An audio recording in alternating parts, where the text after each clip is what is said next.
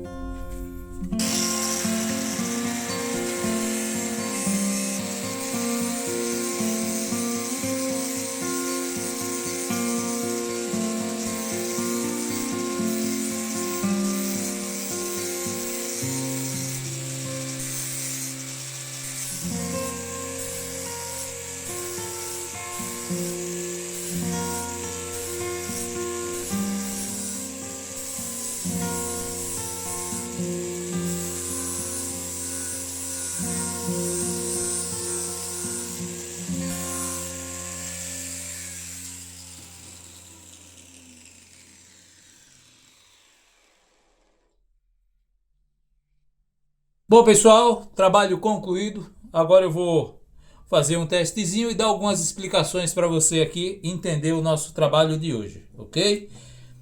Vou fazer algumas marcações para a gente fazer o teste.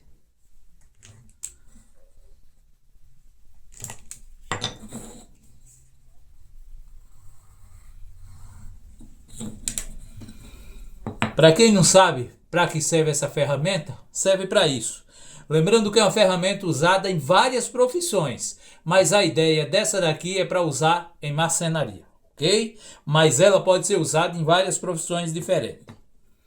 Ela serve para isso aqui, ó. Você faz uma marcação como essa aqui, você quer marcar o centro do risco que você fez, vem com ela aqui e faz isso, ó.